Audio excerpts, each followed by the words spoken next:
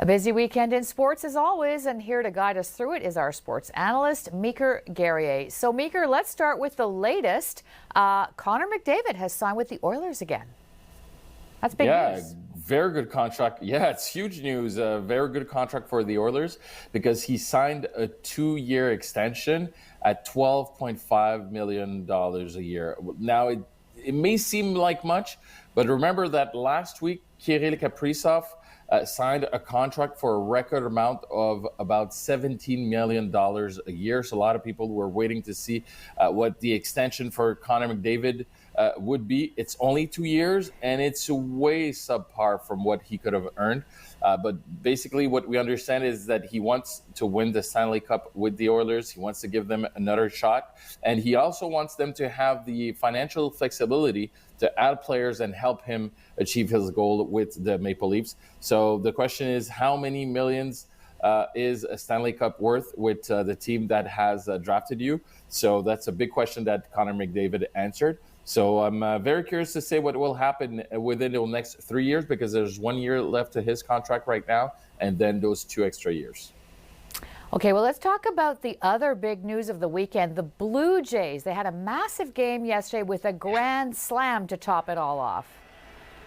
Yeah, a grand slam by Vladimir Guerrero Jr. And look at that. It was very special to see that. It was a bomb outside of the park yesterday. A grand slam, 4 points, made it 9-0 for the Blue Jays, who scored 13 points yesterday. 10 points on Saturday. So for a grand total of 23 points for the Blue Jays.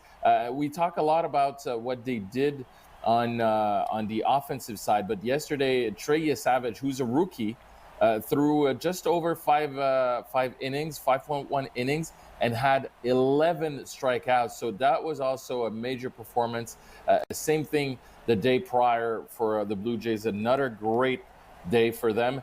So the Blue Jays are well in the driver's seat right now, and they could end up that series tomorrow in New York, since it's a 3 out of 5 series. So they already have 2 victories. And they're turning us into Blue Jays Nation while they do it. Meantime, Habs have their own nation, and they have closed their final roster for the year. Yes, exactly, and it gives me another reason to talk about Toronto, because the Habs lost today Samuel Blais, who was fighting for that 13th forward position. He was submitted to sorry, I'm trying to find the word in English, ballotage.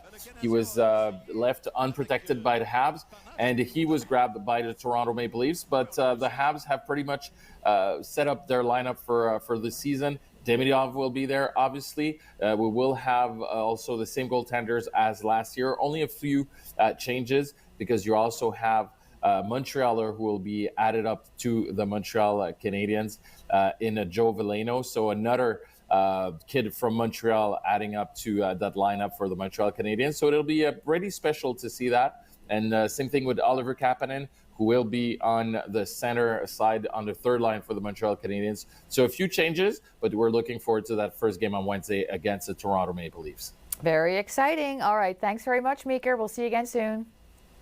Have a great evening. Talk to you soon.